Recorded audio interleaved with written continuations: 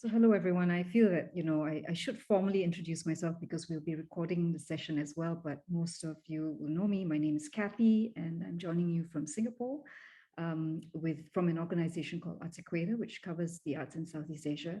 It's a real pleasure to welcome all of you for our panel, The State of the Fight Against Art Censorship in Asia, which is presented as part of the Safe Havens Conference that's being held in Mexico City at the moment. Although the title says Asia, but really we're coming to you from Southeast Asia, which is a region that's often conflated with East Asia and South Asia. So just to kind of orientate ourselves about where we are, indulge me when I kind of name the 11 countries that are part of Southeast Asia, which are Thailand, Malaysia, Indonesia, Singapore, Myanmar, Cambodia, Vietnam, Laos, the Philippines, Timor-Leste, and Brunei. Collectively, Southeast Asia makes up the third largest population in the world after China and India, which when I found out as well, I was quite surprised. It is an extremely diverse region. There are cultural influences from the Middle East, from India, from China, based on the ancient Indian Ocean trade routes, but it's also a resource-rich region, and where there are resources, of course, colonialism and Western imperialism follows very closely. So since the 15th century, the region has been, parts of the region has been colonized by the Portuguese, the Dutch, the British, the Spaniards, the French, and latterly the Americans as well. It is a rapidly changing region. There is a lot of resources, both in terms of people as well as in other kinds of resources. But as it is very quickly developing, there is also a widening gap between the wealthy and the poor, between rural and urban, and all kinds of different kinds of fissures that you find, around other parts of the world are concentrated and evident in this region as well. All the major religions are practiced here, and there is a long-standing overlap between the political elite and a kind of ethno-religious identity in the region, which will be quite important as you'll hear in the two papers presented by our speakers today. And that might be Buddhism in Thailand, Catholicism in the Philippines, and Islam in Indonesia, as well as in Malaysia. So this afternoon, we have two speakers with us, Maha Balakrishnan from Malaysia and Aicha Grade Rebecca from Indonesia, who will both present reports on the fight against art censorship in their respective countries. We've got an hour and a half, and what we'll do is each presenter will speak for about 20 minutes, more or less. And after they've presented their reports, we will open for questions. It's a small group today, so I'm hoping that we can speak frankly and openly with your questions, your comments. Bring in, if you have experiences from your own sort of sectors, we'd really love to hear your comments as well. And so, without further ado, I'd really like to introduce Maha. Let me just tell you a little bit about her. Maha trained as a barrister before obtaining a master's in democracy and comparative politics under the Chevening Scholarship. She combines disciplines of law and political science, and she has contributed to INGOs and NGOs and think tanks. She's a researcher, content producer, trainer, and speaker on democratic developments and institutional designs and legislative studies and rights-based policymaking. She's currently a research fellow at the Asia Office of the United Nations Sustainable Development Networks. And she's written on rights-based policymaking, including Repeal, Review, or Stay, Moving from Secrecy to Open Governance, which is for the Center to Combat Corruption and Cronyism in 2015. Another study, Children with Disabilities in Malaysia, Mapping the Policies, Programs, Interventions, and Stakeholders, which was co-authored with UNICEF Malaysia in 2014. This year, Maha was commissioned by the Freedom Film Network of Malaysia to produce an evaluation of film censorship framework in Malaysia. And it's these findings and the work that she's done on this particular commission, which she'll share with us today. Over to you, Maha. Hi, thank you very much for that very kind introduction, Kathy, and also to Shift for inviting me. Melka, I wonder if you could share my slides. Thank you. So I'm going to go straight into my presentation. And as Kathy mentioned, the topic that I'll be talking about today is film censorship in Malaysia, but a very specific area of film censorship, as I will explain in a short while. So just some context for today's discussion. The censorship of films in Malaysia has actually a very long history, and it's closely tied to the rather particular political structure and history of the country. But it is also one of the most, I think, understudied or perhaps less publicized aspect of film production and screening in Malaysia. So in 2020, the Freedom Film Network from Malaysia, Anna Ha is co-founder and here with us today, FFN commissioned 2 reports to look into the film censorship process and system in Malaysia. I produced a report that analyzed the film censorship regulations from a rights-based and comparative perspective. Another researcher, Dr. Thomas Barker, produced a complementary report focusing on the impact of citizenship on the industry. Next slide, please, Malcolm.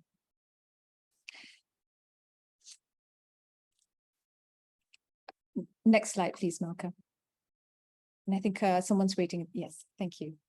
So today I'm only going to be talking about certain aspects from the findings and conclusions from my report, which is in relation to the interrelation between films and identity politics in a divided society.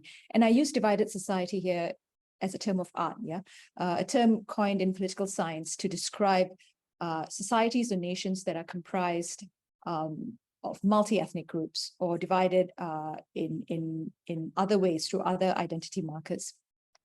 And the reason that I'm focusing on that topic is because, and I hope you'll see, there is actually a clear line between art and the need to control the narrative around identity when it comes to governing a divided society. And censorship regulations are actually a useful tool to maintain control of those narratives. Next slide, please.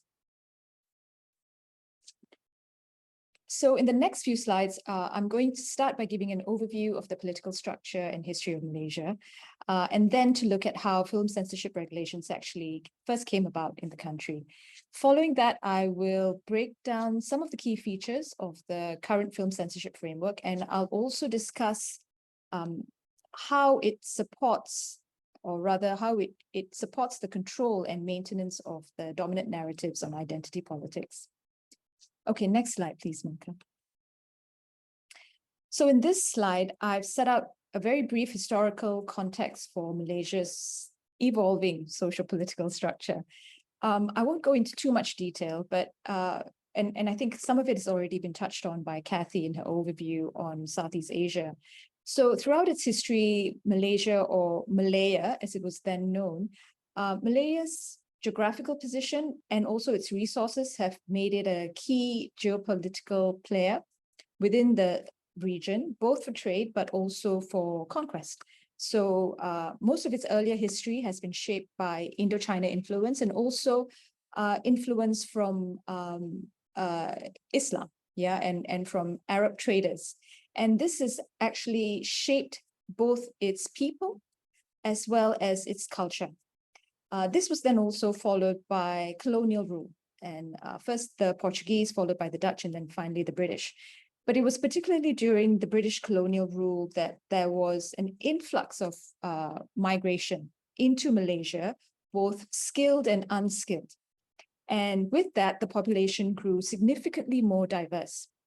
But under the British, and this was part of the British colonial policy at the time, most groups were kept divided or segregated by economy, by the economic industries in which they were involved, regionally, and also through language. So independence came to us in 1957, and then in 1963, the Bornean states of Sabah and Sarawak joined us to form Malaysia. At that point, and as it continues now, the main ethnic group are the native Malays. There are, of course, local native ethnic groups as well from the Bornean states, with a minority group of ethnic Chinese as well as ethnic Indians. Now, the difficulty of organizing politics in a divided society is this, that the mode of organizing politics, the mode of organizing competing political interests in a rather heterogeneous society was along racial and religious lines, not along a left-right ideological axis that most of the democratic world is familiar with. So what this means in practice is that political parties promote and protect policies along ethnic and regional lines, not based on class or economic or value-based differentials. So competition and distribution of resources in the political, economic, and social spheres were all mainly based on ethnicity or religion. Yeah. And again, because the political structure is based on identity, a stable government required the formation of a grand coalition of parties representing all the different ethnic and regional groups. And there's a term of art again for this called consociational governance. But one of the consequences of using ethnicity and race to frame competition and the distribution of resources is that it obviously magnifies and hardens all these divides and fissures within society. So to hold power and relative stability, that grand ruling coalition has to use some tools of authoritarianism, particularly around controlling discourse, controlling freedom of expression and speech, and controlling dominant narratives relating to race, to religion, to interethnic entitlements, and even the hierarchy of rule, the entitlement to rule. What's happened in Malaysia over the last 15 years, though, is that we've seen significant political changes take place due to various factors. This has led to some partial democratization and opening up of the political structure to non-race-based ideologies, which is, of course, a positive move, but there also have been negative consequences. And that is an increased polarization along ethnic and religious lines. We can see this most apparently within segments of the majority Malay Muslim group, but there are also deeply rooted pockets of conservatism within the minority communities as well. So with all of these changes that are currently happening in Malaysia, the all laws and tools of that semi-authoritarian regime that I spoke of in relation to identity formation and discourse is still in place. Next slide, please. So this then brings us to films and the role of films in identity politics. So of course, films are simply one form or medium of creative expression. And in Malaysia, the regulatory control over the various forms of expression, whether it's written, audiovisual, or the creative arts, the performing arts, do not all fall under a single regulatory framework. Instead, what we see is that films on traditional platforms, and by this I mean films screened in cinemas, on terrestrial TV, and published or produced in hard copy, all of these traditional platforms, the regulation falls under a separate system of laws and rules compared to more modern or contemporary platforms, audiovisual material and written content on internet-based platforms. There's also a separate regulatory mechanism for print media. Yeah. So we have a number of different regulatory platforms for content in Malaysia. And part of the reason for this has to do with the roots of film regulation in Malaysia. So as you can see from that slide on the right column, content censorship on films, film censorship was not, didn't develop organically within Malaysia, within Malayan arts and society. It's actually an external construct that was introduced by, during British colonial rule with the advent of moving pictures. So censorship at that point was used as a means to serve the colonial interest, right? To control subversion, to suppress dissent, and to promote the idea of European hegemony. The trouble is that on independence in 1957, the new Malayan leadership that came into power kept that regulatory framework, simply changing the hands on the leash, right? Control from British colonialism to a more localized ruling elite. Yeah.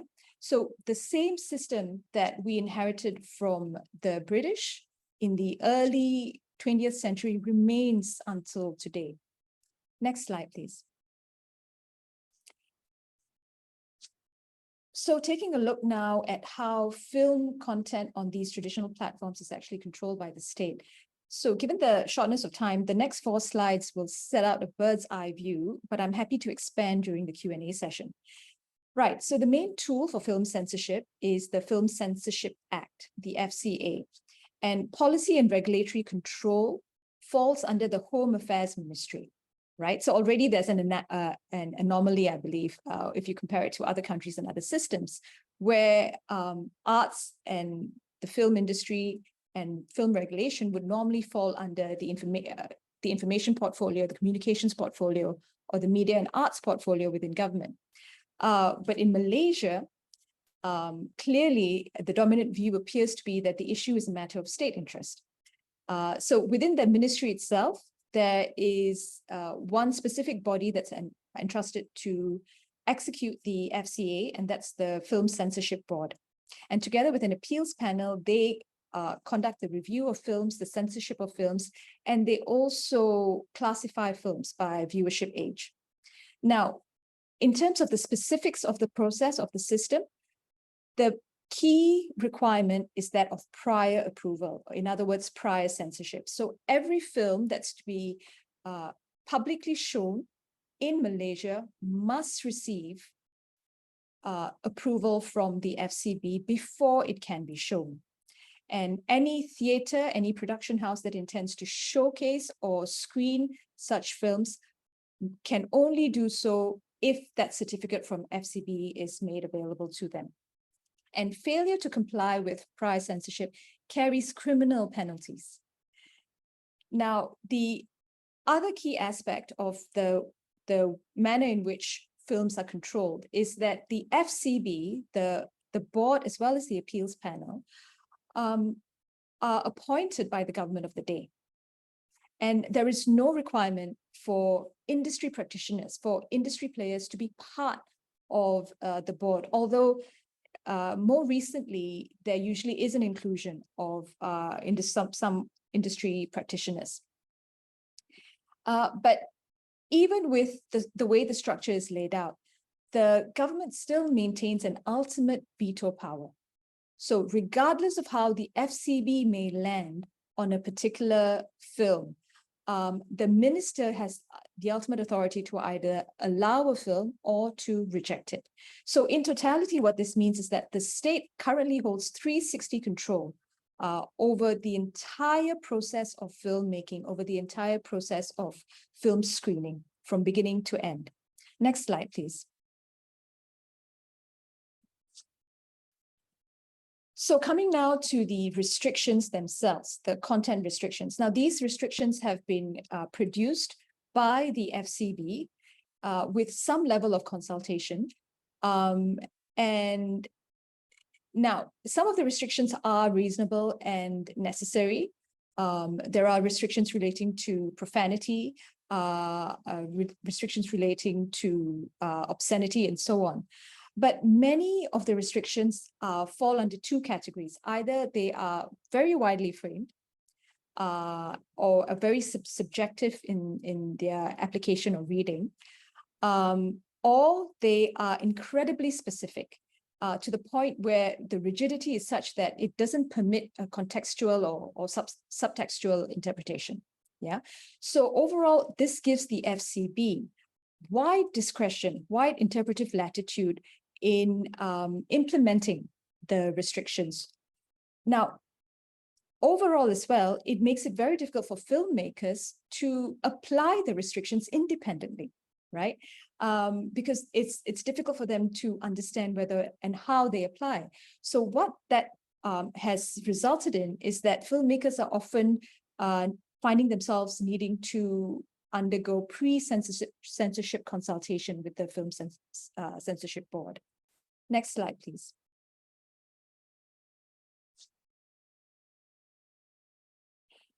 And what that pre-censorship consultation, as I say, means is that in practice, what we see is that filmmakers will often run scripts or story outlines past censors before they go into production. Obviously, there's a financial and economic imperative for them to do this. But the system has evolved even further.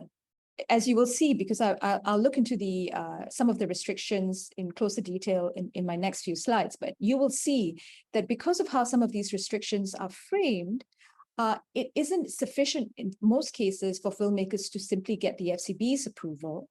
There are times in which other authorities, state authorities and state bodies must step in and provide their input. And this includes the police, the military, and religious bodies when police behavior, when military behavior, for example, or national security issues are being portrayed, or when religion is being portrayed on screen. So this is, in practical terms, what happens with the censorship process. What then is the process, if any, or the opportunities, if any, for scrutiny and oversight? There are actually, in practical terms, none. So in most cases, in the system that we have, in the system of law that we have, judicial oversight is meant to be guaranteed within our constitutional structure. However, there is an opportunity, or rather availability to the executive to actually exclude judicial review in certain circumstances over some of the state's actions. Now, even over film censorship decisions, again, as I say, one can't quite see the public order element here or national interest element here, but even within this, this mechanism, within the act that I mentioned, there is actually an exclusion of judicial review over the decisions of the FCB and of the minister. Now, I think in reality, given how proactive our courts are, if this was a matter that was ever taken before the courts are unlikely to accept the shackles imposed by the act. However, there is another problem. Any filmmaker who's actually unhappy with the decision of the Film Censorship Board is put in a really difficult position to challenge it or to take it further, because, as I say, it is prior censorship is required, right? So everything has to be put on hold. Entire production has to be put on hold, or the entire screening of the film would have to be put on hold in order for the filmmaker to pursue this avenue. Next slide, please. So that's a very brief look at the system of regulation for films on traditional platforms. What about other mediums? So in the paper that I produced for FFN, I compared the regulatory framework for films on traditional platforms to two other frameworks operating within the country in tandem. Yeah, the regulation system for content on internet-based platforms, and secondly, how print media is being regulated currently. And of these three different regulatory systems, this one is obviously the one that we're talking about today is the most onerous. And it's very difficult to justify because we're talking about the same society, i.e. the same audience. So a quick look at the regulatory framework for films on digital and internet-based platforms. So that framework has no prior censorship. And the entire system of regulation is based on industry self-regulation. So a board is set up comprising industry players in the main, and they produce content codes and guidelines through a consultative process. And the government's role is merely to monitor, not to control. And judicial oversight is preserved. Now, in terms of print content, so the laws relating to controlling the content on in the print media is also a legacy from British colonial rule, but there are some key differences. Firstly, there is no prior censorship, obviously, but the government does have the power to ban publications. However, the general conditions for banning are under statute. And once again, judicial oversight in that case is preserved. Yeah. All right. I hope I'm doing all right for time. I think I'll need another 10 minutes or so. Next slide, please. So I would now like to just take a quick look at some of the restrictions imposed on film content in closer detail. So the next 6 slides will cover this. And for each of these areas, I will try to use real-world examples of the impact on local and international films. So the main restrictions under the Film Censorship Board's guidelines are broken down into 4 general categories: security and public order, religion, social culture, decorum and morality. And I must say, if I may, that these terms are identical to the terms that were used during British colonial rule. So we really haven't changed.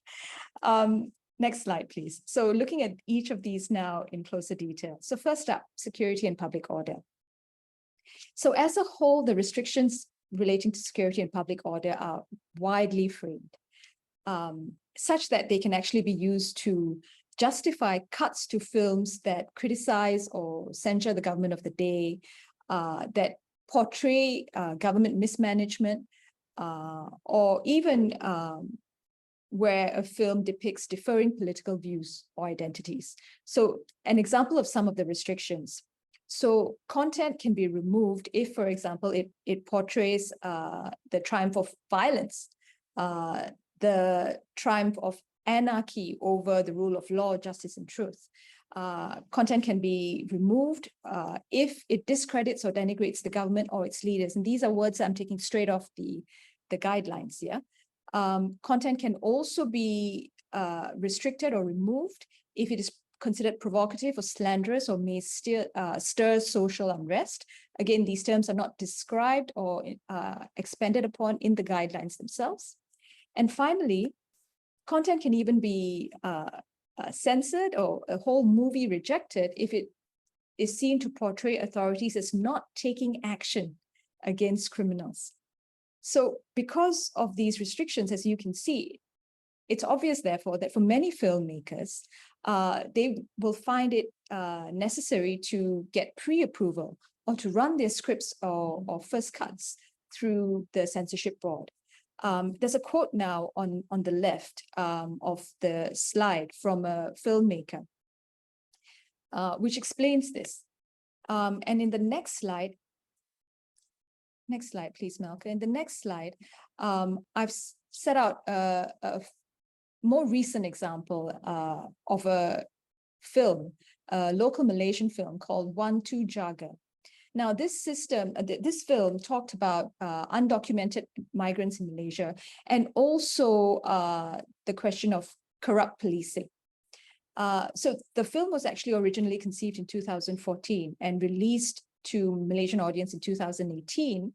But the filmmakers had to undergo protracted censorship negotiations because of the portrayal of police in film as taking bribes and misbehavior and so on. So in the end, the film that was actually shown in cinemas in the end was only after the producers agreed to ensure that a different ending was filmed, which showed really the police catching the bad guys and redeeming themselves. Now, as I understand it, Anna is here, she can correct me. As I understand it, this film is also up on Netflix, and Netflix has the original ending on it, just to show the difference between the two systems. Next slide, please. The other difficult topic in relation to film censorship is that of religion. And the restrictions relating to religion are, I think, the most onerous and the most wide-ranging within the censorship guidelines. Now, in terms of religion, the bulk of the restrictions relate to Islam and Muslim, and how Islam and Muslims can and cannot be depicted in movies. Now, the underlying purpose or rationale for all the restrictions appears to be that movies and films should not stray from the state-prescribed narrative of Islamic religious beliefs and Islamic practices and precepts. Again, the difficulty here with these restrictions is that you have some very general restrictions, and then you have some very specific and directive or prescriptive restrictions. So examples of some of the general and imprecise restrictions: ridiculing and derision of the purity of Islam, conflicting with the opinions of Muslim clerics, depicting scenes that can lead to disunity among the Muslim community in this country. So again, as you can see, these are very hard to interpret clearly. On the other hand, the specific and prescriptive restrictions include, for example, glorifying anyone who has forsaken the Islamic religion without retribution. Portraying a Muslim portraying someone not of the Muslim faith, or performing acts of worship of other faiths. Yeah. So because of the difficulties around interpreting the guidelines relating to religion, what we've seen evolve over time is that the federal Islamic body, which is the acronym is JAKIM, the federal Islamic body now sits in the censorship board when decisions are being taken on films that involve religion or religious practices. Next slide, please.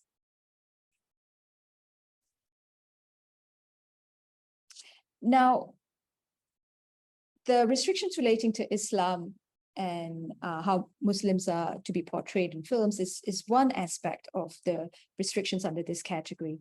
The other is also a set of restrictions that relate to polytheistic religions and beliefs. So there are a whole host of restrictions which say that films that portray polytheistic elements may be rejected and may be censored unless the objective is to prevent polytheism, or if the character is actually repenting or receiving retribution. So the difficulty here is apparent for anyone who has been to Southeast Asia or to Malaysia. There are polytheistic elements in many of the religions and belief systems that are practiced in Malaysia and within the region, such as Hinduism, Buddhism, Taoism, and so on. So in reality, the restrictions within the guidelines actually give the FCB extensive discretion to censor how these religions are portrayed in local films. Yeah. Now, I think in reality, what we've seen with some of the films and film censorship actions that have been taken is that the concern really, in relation to how other religions are being portrayed, the concern really is with films that are available to the masses. So these will be predominantly films in the Malay language. Next slide, please. Now, the two other categories for restrictions are social culture and decorum and morality. So social culture, the restrictions under social culture can be divided into, this is my division, yeah, can be subdivided into 5 different areas. As you can see, religion comes up again under social culture. But this is where it is under social culture that we also see restrictions relating to values, societal values, and cultural norms.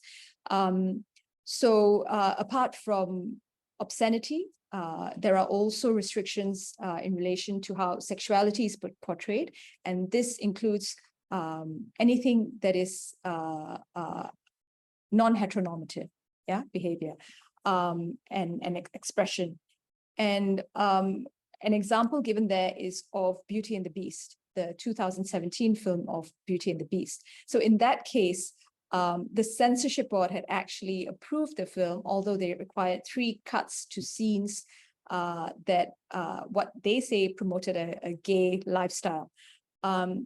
Now, upon appeal, that decision of the censorship board was actually set aside, and the movie was allowed to be shown in full. But this also followed a public outcry. There was a huge public outcry, and I think that drove and influenced the decision of the appeal panel. Next slide, please. The final category, decorum and morality, relates again, comes back to the idea of cultural and cultural norms, moral beliefs, but also the underlying importance given to the hierarchy of leadership. Some remnants of feudalistic thinking within the norms and culture of really all the main communities in Malaysia at this point in time. Specifically under decorum and morality, we have transgenderism are mentioned. And any depictions of transgender behavior and lifestyle is not to be allowed unless it is seen to be repenting. Yeah. So on the left again, I've put up a quote from the former Deputy Home Minister in 2018, simply underscoring that the films to be shown in Malaysia, which portray LGBT elements, will be removed. And I've chosen this quote simply because this was during the government of Pakatan Harapan, which really within the political structure and political system of Malaysia, they are the most liberal, relatively speaking, of the political parties in Malaysia. And even so, there are some very deep set values that we see expressed across different communities, regardless of ethnicity and religion. Okay, moving now to my last 3 slides. Next slide, please. Thank you. Right, so now just some quick conclusions and also some ideas about how we can perhaps move forward. So next slide, please. So really what we see in Malaysia is a clear dichotomy between the traditional and the modern, the old and the new. And in terms of the traditional, in terms of film censorship for films on traditional platforms, it's very clear from the guidelines and from how they're being implemented that for the state, censorship is a means of asserting a particular set of norms and narratives, that government and its leaders must be shielded from public censure, that public interests and social values are state-defined, not society-defined concepts, that religious homogeneity is a protected state interest, and that social cultural values include the preservation of the dominant political religious narratives of the day. So the rights of individuals to freely choose and express themselves is not recognized clearly within how the guidelines are implemented, and certainly not within the overall framework. And prior censorship combined with the opaque restrictions give censors significant veto power. And this ultimately means that for filmmakers, the consequences can be very severe if they are not prepared for post-production edits or reshoots. So the end result is that self-censorship in Malaysia within the local filmmaking industry is rampant because it is a question of survival within the industry. Now, let's compare that quickly to the framework for the internet, the industry-led framework of regulation. So even within the content code that's been developed to control content on internet-based platforms, there are very clear policies laid out, very clear priorities laid out around the balancing of individual rights and freedoms against communal and national interests. There is a clear discussion about the importance of both and the balancing of both. There is also a clear acknowledgement of the freedom to create, the freedom to choose, and the freedom to access content. And the content code, it clearly expresses or rather affirms human rights protections. And it also acknowledges that plurality and diversity of content is critical. And in terms of protected classes as well, it takes a very wide rights-based approach. So we can see very clearly conditions set out to respect intersectional diversity as well. Yeah. And more importantly, I think, is the exclusion of the role of government in determining the direction of the content code and content restrictions. So the next slide. So how then can we explain the difference? Really, the main distinguishing factor between these different modes of regulation is the audience. And it's I think less about the cinema and more about the home television and who is watching the home television and what language of delivery that particular content is being showcased in. So I think that's key, and this ties back to the idea of control, the state maintaining control within a divided society over the important narratives that divide and guide that society and political competition within that society. And I would venture to hypothesize, although I haven't looked at this, that we will find parallels within the local education system as well in Malaysia, where there are very clear divisions imposed in the curriculum for Malay Muslims versus non-Malay students. So how then can we move forward? My last slide. Next slide, please, Melka. Thank you. So as I said earlier, even with all the recent political changes in Malaysia, these laws have not changed. They still remain in the statute books. And the difficulty here is how do we move forward? And to me, very clearly, there is a moment in time currently, especially because of the recent election that we've had, to pursue the goal of at least creating a self-regulatory framework, a self-regulatory system to govern film content within these traditional platforms. Ideally, there should be a merger and a single regulatory framework. But at the very least, prior censorship should be removed. There is no cause for prior censorship in this day and age. And certainly the crafting of the content code and restrictions, again, should clearly be led, if not in consultation with the industry. The continued dichotomy and the continued divide of the audience through these different platforms does not have a justification in policy, in a clear policy rationale. There is only a political imperative at the very most for doing so. So I will end my presentation here. I'm happy to take questions during Q&A on this. Thank you for your patience, everyone. Thanks so much, Maha, really for that really detailed analysis that you've presented. It really feels like it's a really steep hill for artists and producers to have to overcome in order to get their works to stage. And this is not even taking into account, you know, funding as well as the competition that they face. They're in competition with kind of Hollywood blockbuster films as well.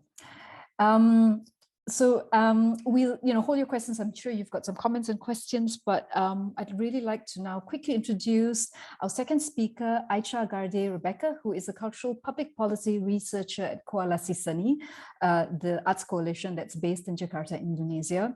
Aicha has a BA in legal studies and is currently working on her LLM at University of Indonesia. Her work explores the interesting gap within Indonesian arts policy, which on the one hand sees it as a public good, and on the other hand, tries to frame it within, I guess, the creative industries and tensions that arise from that. But she's also kind of done a lot of work advocating and disseminating good practices for cultural policies worldwide that are embedded within local characteristics. And this is something that I think just when we talk about decolonizing the arts in Southeast Asia, I think there's also a real need to decolonize the policies and the frameworks that we're using to analyze and do our research as well. She works together with stakeholders that include, but are not limited to, central as well as regional governments within Indonesia, government and non-government boards, and international as well as Indonesian artists. Aicha, over to you. Thank you so much, Kathy, for the brief introductions. Yes, thank you. So good afternoon, everyone. My name is Aicha Grade Rebecca, and I am a researcher representing Koalisi Seni Indonesia. And first and foremost, I would like to extend my gratitude towards the organizers of the Safe Havens Conference for organizing this conference. And I hope that this conference would strengthen the understanding in relations to artistic freedom, especially in under represented regions such as Southeast Asia. So maybe can you go next? Okay, so today in relations to the forum topic that is the Asia Reports, the state of fight against art censorship in Asia. Unlike Maha, I wouldn't be talking about censorship in one specific sector, such as film, but instead I will be speaking about the research that was conducted by us in 2020 about the state of artistic freedom in Indonesia. So I would be talking about the art sector as a whole. That includes a lot of type of art. However, before we get into the details, I would like to introduce our office and field of work first. So basically, Koalisi Seni itself is an association that strives to foster and promote a healthy art ecosystem. Our scope of work includes policy advocacy in the art sector, advocating for arts endowment funds, which our government have released last year, also as well as strengthening knowledge and management networks among our members. So this is our 10 years already, and now we have 350 members, comprising a variety of organizations and individuals in the arts and culture sectors across provinces. Also, we're currently the only organization in Indonesia that is working specifically towards advancing a better policymaking process in the field of arts and culture. So our field of work is pretty niche in Indonesia. So maybe next. Thank you. So prior to the content of the report itself, I would like the audience to maybe familiarize themselves with the context in relation of the dynamic between artists and government in Indonesia, as well as a little bit about how our cultural policy have developed throughout the years, because I believe that these two are the most important factors to be taken into account in order to understand better about the artistic freedom issue that have been happening in Indonesia. So if you look at the slide, you could see the dynamics here about the cultural policy in Indonesia itself. So for quite some time, art has always been a political contestation ground in Indonesia. And there is, based on our observation and research, there is an existing dynamic where the government uses art to legitimize their power, to erase history and collective memory, which form our national cultural policy. And at the same time, artists were used towards expressing their identities through their gender, class, race, and religion. This existing dynamic usually creates tension in between these two parties, and when it's clash, it usually leads into the violations of artistic freedom itself. Next. And these are a little overview about our cultural policy. So after its independence, Indonesia has experienced 3 different governmental regime with different president and different cultural agenda. These includes the old order in the year of 1944 to 1965, the new order era from 65 to 98, and the Reformation era, which is the year 1998 until now. And I would like to start with the old order. So the old order era is governed by President Sukarno. He's basically our nation's founder. And during his regime, he would like to portray Indonesia as an anti-colonial state and free nation. So basically, he restrict art that reflect Western values. So if you live in Indonesia among these years, and if you have a band and you would like to play the Beatles, Elvis Presley, you can get prosecuted because he sees those type of art as something that reflects Western values, and he wanted Indonesia to be a free nation, anti-colonial state. So those kind of art was banned. And at the same time, he also kind of support left-wing realism art through variety of monuments in Indonesia. So if you came to Jakarta, you can see a lot of monuments originating from this era, and we have them sent from Moscow primarily. So you could see them among the central area in Jakarta. So after the regime of President Sukarno, the old order, Indonesia was moving towards the new order era, dictatorship period for 33 years under President Suharto. And amongst his heavy developmentalism agenda and variety of, sadly, human rights abuses, he uses art as a tool to control through various censorship and deletion efforts. And he also restrict art with political messages.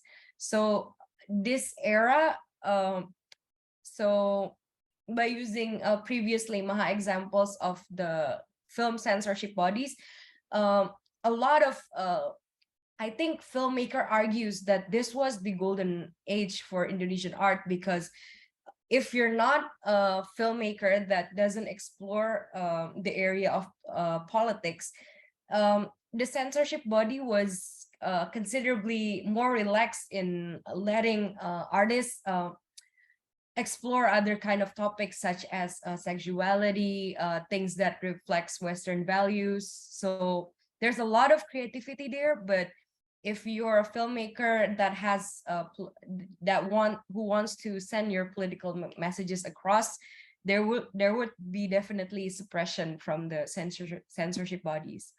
So during this era, our president, the cultural agenda was to portray Indonesia as an exotic world-class destination. So basically anything that reflected political messages was restricted from Indonesia. Also, and after the fall of the new order in the 98, Indonesia entered a new era, that is the Reformation period. And this marks a new milestone in Indonesian history, where artistic freedom was accommodated within a variety of human rights instruments. We ratified a number of instruments that protects artistic freedom rights. Also, from the Reformation era until now, actually, our government's goal was to create a cultural policy where art could be seen as a public goods and also a commercial product. So in Indonesia, art is basically regulated from two different ministries. Basically, for the public goods area, the one who regulated is the Ministry of Culture and Education, and for art in the context of an industry, the Ministry of Tourism and Creative Economy is the one who regulates it. So there's two different institution that supports and regulates the matter. Next. So maybe Melker, can you do one more, and then after that the background? Okay. Next. Okay. So basically this slide reflected the timeline of when we start researching the 10 years artistic freedom research. it's also one of the aim of the exploration that we did, because based on our research and observations, and also testimonies from our members in the variety of area in Indonesia, a lot of people feel and think that the state of artistic freedom has been quite deteriorating in the last 10 years. So after the fall of the dictatorship of the new order, and Indonesia went into its reformation period, we have also seen a phenomena of populism and the rise of religious fundamentalism in Indonesia. And this relates to my point number one, where uh, there's also a rise of identity politics as a means to erase and silence subversive voices, also which extends to intimidations against sexual minority groups, raids, persecution, arrests. They skyrocketed. And also at the same time, there is a continuing stigma against communism that was regularly used as an excuse to silence critics of the government. Maybe you can go back one slide. Yes, so that is actually the background about why we did this research. I could give the link maybe later on, the English version, so the audience here can read it for themselves. So basically in 2020, Koalisi Seni with UNESCO, we conducted a study about the state of artistic freedom in Indonesia. And this research was based on media coverage and the report of several human rights organizations. So we have partnership with numbers of human rights organizations in Indonesia. And the goal was to collect data in relations to artistic freedom cases and to close the knowledge gaps, because this time we knew there's a violation that was happening, but it never been studied before. So we created this report. Next. Okay, yes. So based on the aforementioned research, we have found several trends. Maybe if the audience want to read all of it, I will send the link later, but these are the most obvious trends that we spotted. So we divide the finding trends into 3 different criteria. The first one is cases. So in the course of 2010 to 2020, we found 45 artistic freedom violation cases, but these numbers are only the reported ones. So we don't know the numbers of the unreported cases that was happening, but these are cases that are reported by the media. And also most cases was found during the year of 2006, which is the election year in our country. So we found 10 cases. Also, our research divides the violating actors into state and non-state actors. And for the state criteria, the highest violation was by the police amongst military and government bodies, as well as for the non-state criteria, the highest violation was conducted by civil religious-based society organization amongst organizers and academic settings. And also the type of violated rights, since we done this research based on the artistic freedom indicator using the 6 different rights, and the highest violation of artistic freedom in Indonesia was violating the rights to create without censorship and intimidations, that reached 30 cases out of 45. And the film sector experienced the highest number of artistic freedom cases that reached 24 cases. Next. So based on our data, we could spot a number of reasoning that was usually used by violators to justify their actions. So there's a trend of these three different reasonings that was used by violators. So we could see here on the left, there's like communism. It reaches until 17 cases. The second one was the issue of gender and minorities of LGBTIQ plus that reached 11 cases. And the last one was blasphemy, religious blasphemy, that reaches until 16 cases. Next.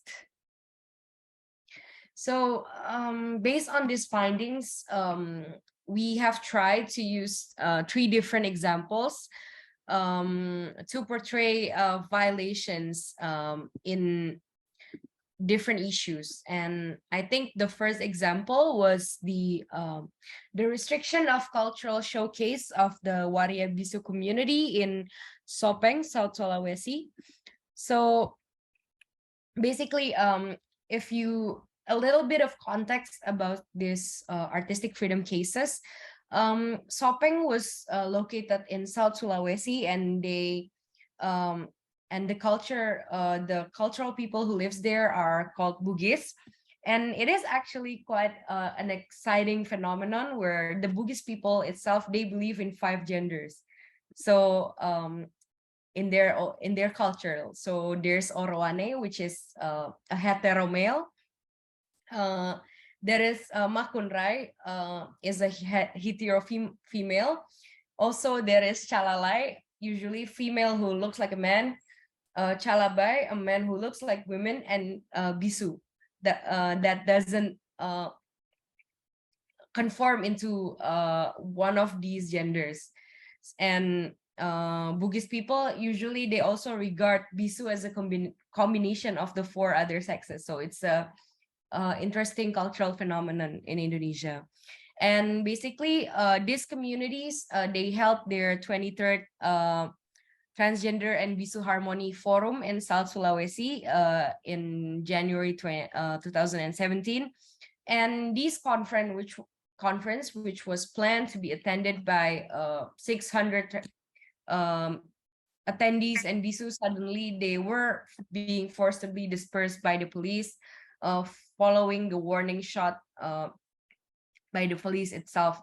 And also they have been receiving threats from 16 different interfaith forum.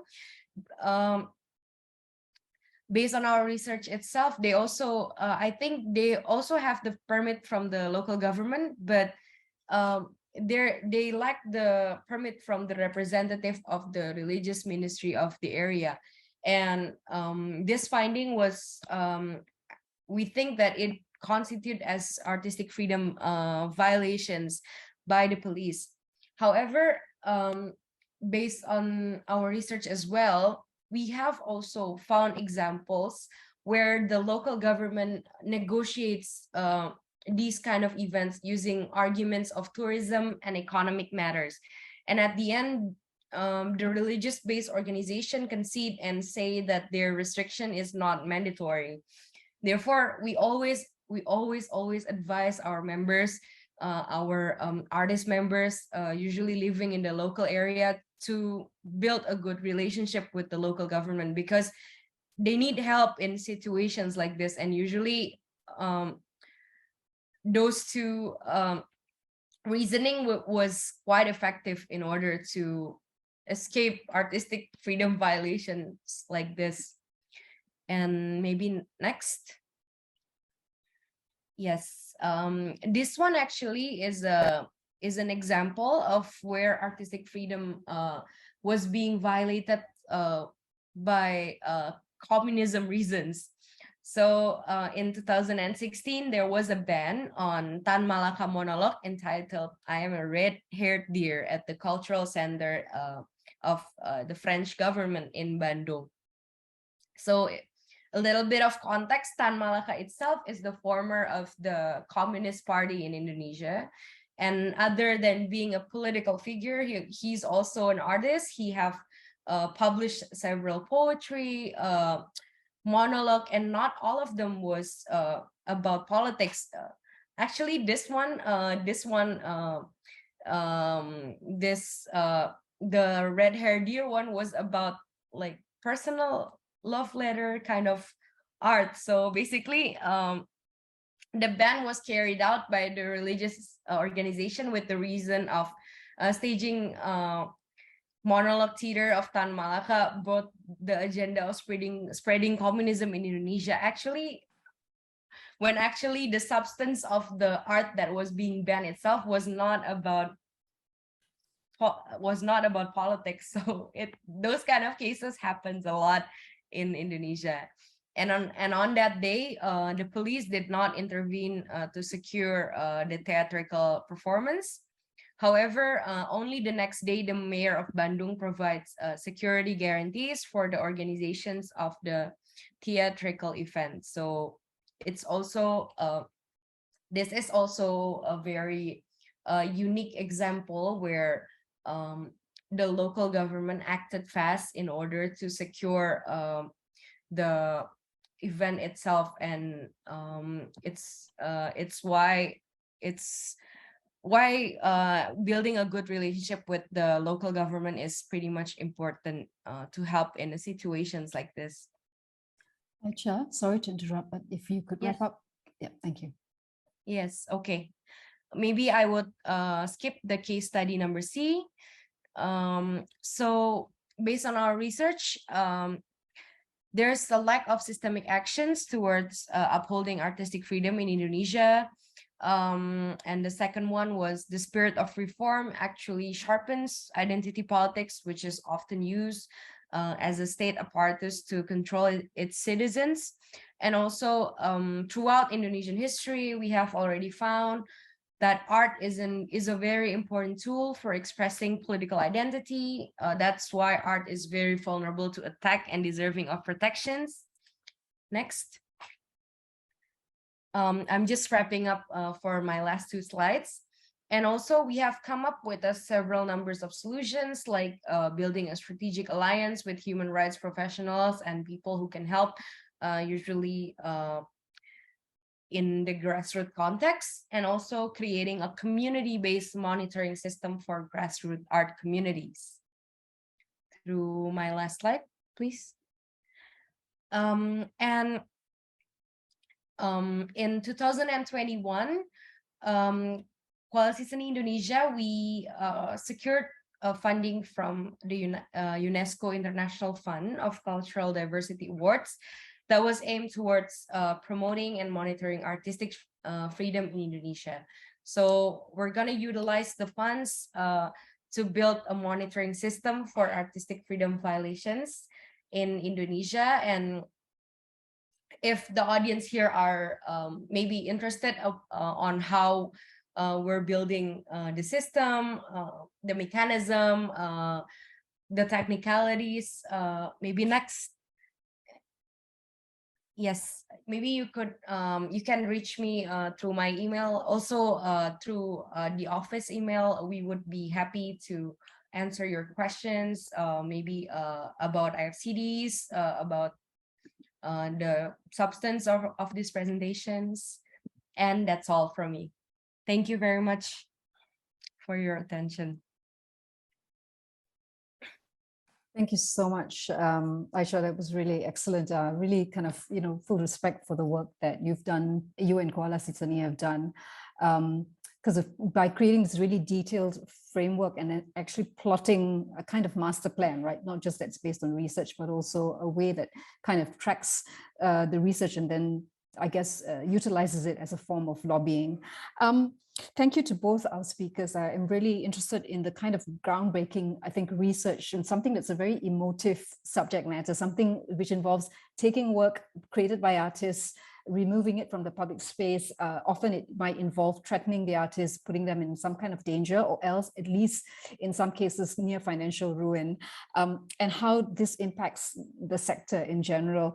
I was also really struck by the fact that this is research that one is just that did not exist before, but it's also, interestingly, it's research that's being conducted within the region by people that are from the actual spaces rather than a kind of outside looking in point of view. So I'm really kind of, quite interested in some of the insights that you both will have. But before I say anything, maybe I'd actually just like to open the floor first, because we have very little time. I'd like to really give space to anyone in the audience who has a question or a comment for Maha or for Aicha. Thanks, Kathy. I really enjoyed, I missed a little bit in the middle, but really enjoyed both Maha and Aicha's presentations. Two questions, one to Maha. You spoke of this notion of a divided society. So I was a little bit curious about how you define this divided society. Is it more social, and is it a perspective, or do you believe that the political structures are in such a way that society is indeed divided in political or structural terms? And my other question to both of you was, are there, because Aicha spoke about strategic alliances with human rights organizations, which I think is really, really important. But I was also wondering, what are the alliances within the region, within the Southeast Asian region, on those who are working on similar issues? Are there links? Are you exchanging information, ideas, even ways of doing things?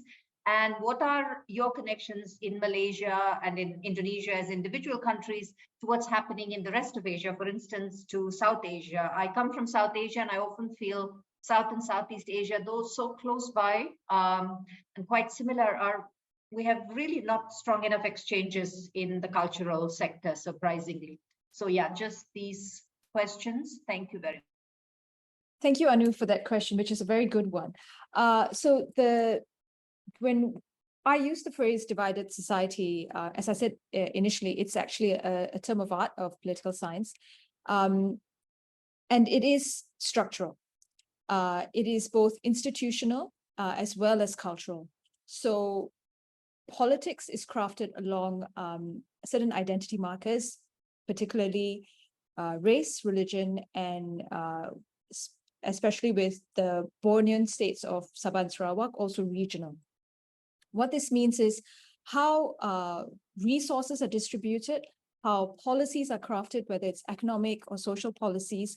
Race is a factor, religion is a factor, regions are factors in how these are rolled out and conceptualized. But the more important point is really whether these divides are increasingly becoming artificial, and whether there are other factors which are taking over, specifically class, issues around class and economic status, and perhaps more so even now within the peninsula Malaysia itself, where before region wasn't something that was really prioritized. Perhaps that the sub-regional divides are getting more and more clear between the West Coast and the East Coast, for example. So I think this is the struggle that we're seeing currently being played out actually in the politics of the country. Thank you, Maha. Aicha? Yes, thank you so much, Anu, for the questions. Maybe to answer your questions about Strategic Human Rights Alliance, I think right now we're currently prioritizing Human Rights Alliance within our local government first, because the system that I just talked about just now is that we receive cases that contains artistic freedom violations, and that the alliance type is referral. So basically we have this an MOU with our local human rights office that usually help people in cases of violations, and we refer these people that has AF concerns to those people. And also we're also using I think, if I'm not mistaken, the HURIDOC systems that usually document human rights violations in regards to our system itself. So basically, right now we're prioritizing towards the local strategic alliance first, but we do not close our doors if there is an opportunities to conduct like regional or like international global alliance towards these alliance. Thank you. Thank you, Aicha. I have a question. Oh, sorry. Does anyone else have a question? Can you raise your hands or just turn your mic on and speak? Michael? Yes, hello everybody, and thank you so much to both of the speakers for really detailed presentations. It strikes me that there are some remarkable similarities, in fact, between the experiences in the two countries. In particular, around how reforms in recent eras, let's say the shedding of long-term autocratic regimes and the institution of political reforms has led to this rising of identity politics, both in the positive sense and in the negative sense, in terms of, as you say, religious fanaticism and populism on the one hand, in the negative sense, but then also the assertion of maybe minority identities, including LGBTIQ identities as well on the other. So I just found that is kind of intriguing. And also I think in both countries we're seeing an increase. Aicha spoke about it now, but Maha spoke about it previously when we were planning the session on sorry, the other way around. Maha spoke about it now, but Aicha spoke about it when we were planning the session on the rise of more regional drivers and regional identities as well. And I just found this really interesting. That's just a comment. But it also leads into this question, which we're seeing right around the world in the artistic freedom sector, of greater challenges starting to emerge from within communities. I mean, the last report saying that the civil society organizations themselves are amongst the primary non-state violators. Not that the state does not remain unproblematic, but one's neighbors can be more of a danger at times. Anyway, just wanted to raise that as a point and maybe get some responses from that. Thank you, Michael. Daniel?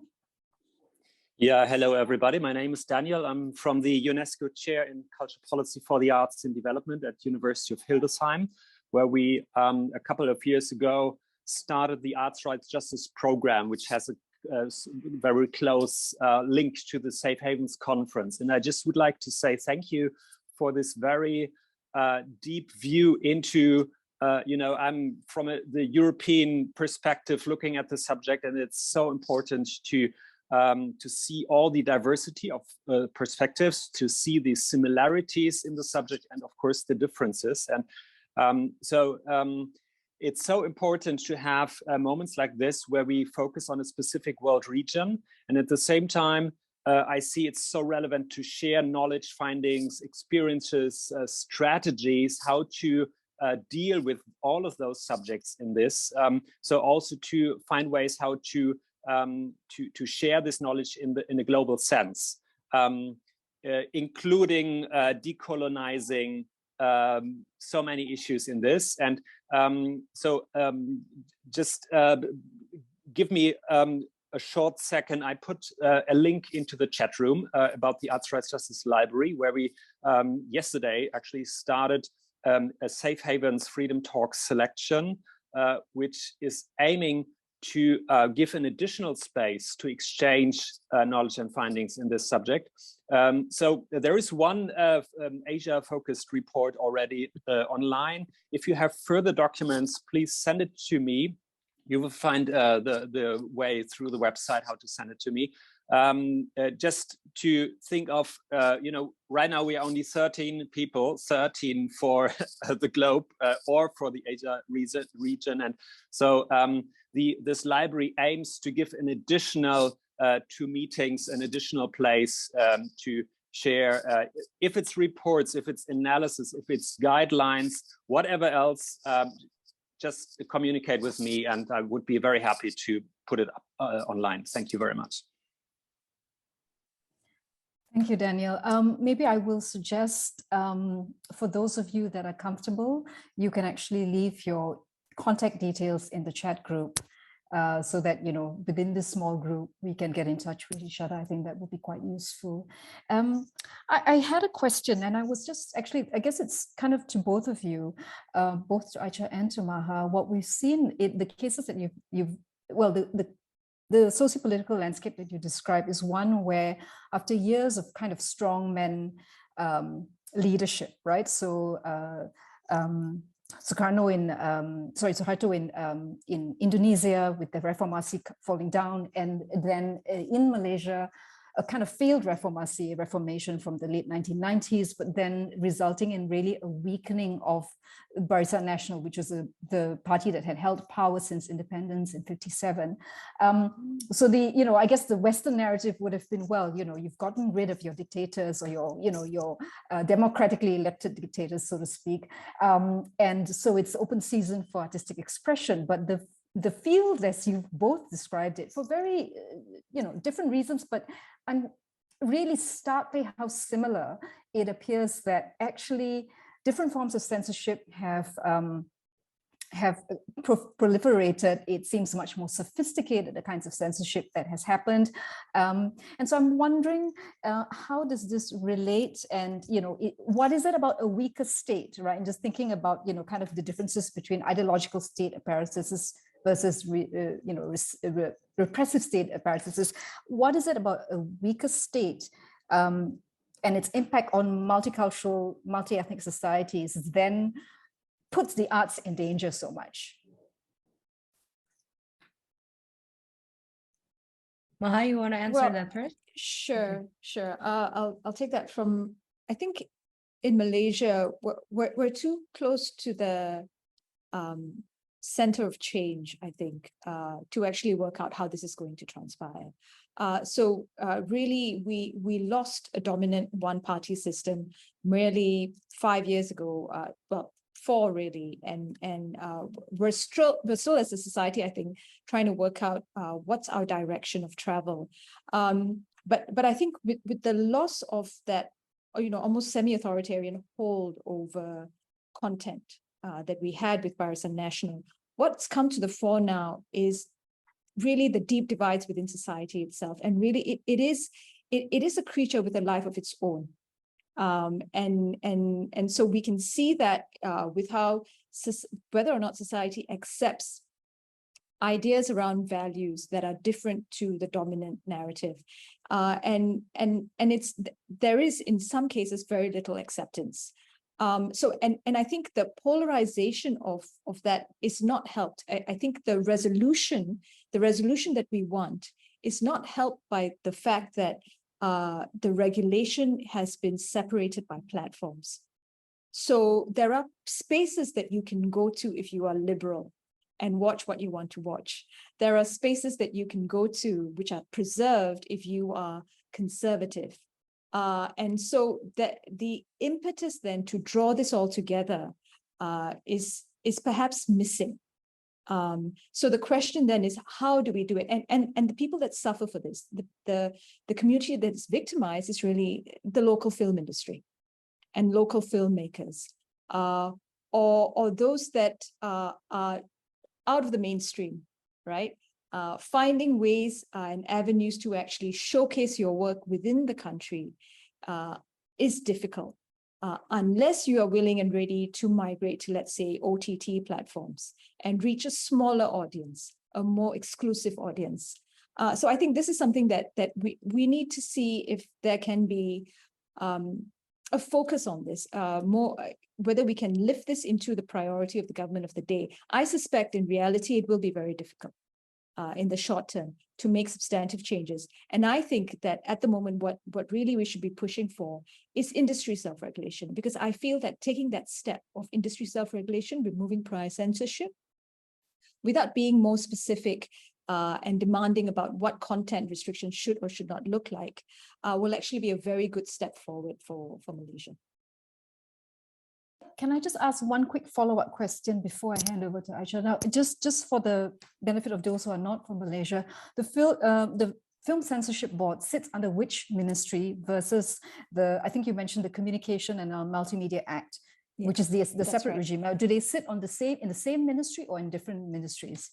So they sit in completely different ministries. So as I said at the beginning, the Film Censorship Board sits under the Home Ministry. Right. So Home Ministry is obviously supposed to look after state interests domestically. So it's an odd fit. But with the regulation of content on the online platforms, that sits under what was the Multimedia and Communications Ministry, and now the Digital Communications Ministry. So the focus of the ministry is completely different. It is not one of public order per se or national interest. Right. So there's more freedom to develop the industry and develop that platform as well. So those are the key differences, yes, structurally. Thanks so much, Maha. Aicha? Yes, maybe, Kathy, in order to answer your questions, we are also aware about that kind of changes over the years due to our demographics that are multi-ethnics. We've seen a rise of artistic freedom violations that are conducted horizontally. So usually it was government versus citizen. Now it's citizens versus citizens. It's like that.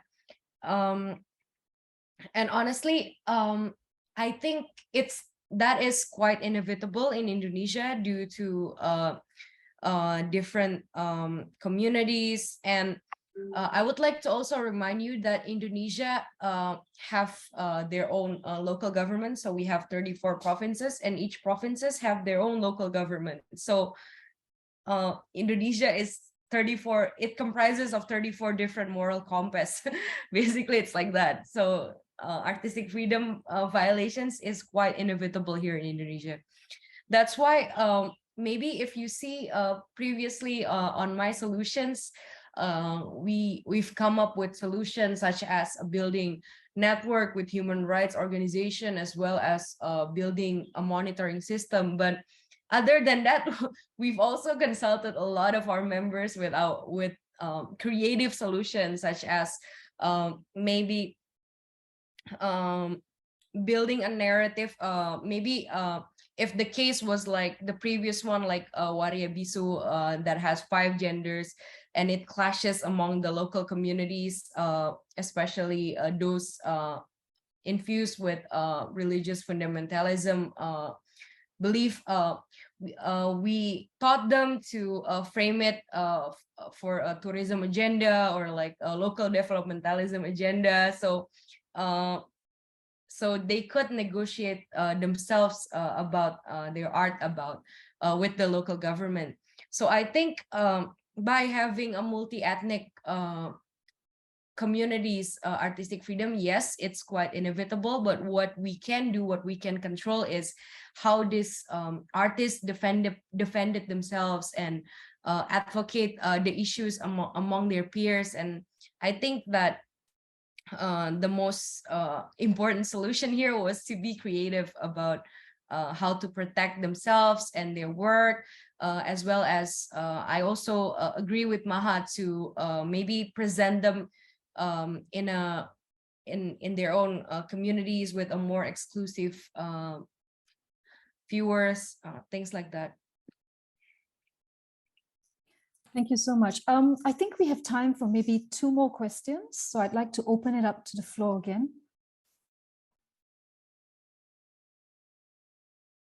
Hi, good afternoon. I'm Katrina Santiago from the Philippines, and I wanted to ask about the kind of public perception there is in your contexts about censorship. Because one of the things that I realized doing censorship research in the Philippines is that we live in a, the idea that we live in a democracy is one that's ingrained in us. And so we tend to grow up believing we're a free country, right? Post the first Marcos dictatorship, we tended to believe that we lived in freedom. And so I think when I was doing the research on censorship in the Philippines, one of the things that surprised me was how rampant it was and how it was not only institutional, it comes from a state office, but also that, as Michael mentioned earlier, it had started to come in from civil society actors and even activist groups, especially during the last decade. And I think that's kind of important in terms of the way the last presidency and the current one have been able to just escalate the kinds of artistic censorship that they've been able to do without calling it censorship at all. And so because I think the public here tends to think censorship doesn't exist, that we are free to say what we want, we are free to do what we want in terms of not just art, but also just, our existence on social media, for example. And so when it starts to happen, the reaction is very slow. And artists have to explain and then defend themselves. And so it just becomes this whole discussion that's less about artistic censorship and more about were you even right to say something? Were you even right to want to do that in a film? So I'm wondering what the public perception is in both Indonesia and Malaysia in terms of that.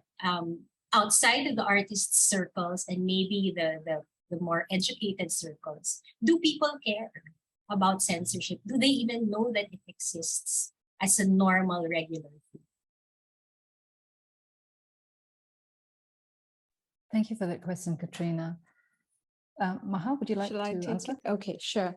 Yeah, I think in terms of the film censorship platforms that I was talking about, the difficulty here is that everything takes place behind the scenes because of prior censorship. Everything is taking place behind the scenes. The public is completely unaware of the process. They just don't see it. And you pair this up with the fact that unfortunately, the film community, the local film community, the distributors, the industry as a whole, they haven't mobilized around making a change. It is the few groups, few civil society groups like FFN in Malaysia, who, the more indie filmmakers, if you will, who care more because it affects them directly. Now, compare that to the other modes of content that I spoke of, the print media, as well as anything that comes up on internet-based platforms. Now, because there's no prior censorship, the content goes up, the content is out there. And if there then develops dispute or issues relating to it, whether it's from civil society groups or otherwise, or from the state, then the entire discourse and debate is happening in public. So you can see the mobilization of responses. And on top of that, also the mobilization of civic groups with interests involved in it. So I think that's one of the key differentials between films on traditional platforms in Malaysia versus all other forms of content. So again, as I say, moving forward, this is something we need to see whether we can bring the interest in. And I think ultimately with Malaysia, I think one of the most successful ways in which to argue the case would be to present the business case. Present the business case for freeing up and opening up the local film industry. And I think that's actually an area of research that no one has embarked upon yet, which I think would be something quite interesting to focus on in the future. Thank you, Maha. Yes, Anna. Yes, maybe. Hello, everybody. Okay. Oh, yeah, go ahead, Aicha. Yeah, maybe to answer a little bit about Anna questions about censorship in Indonesia itself.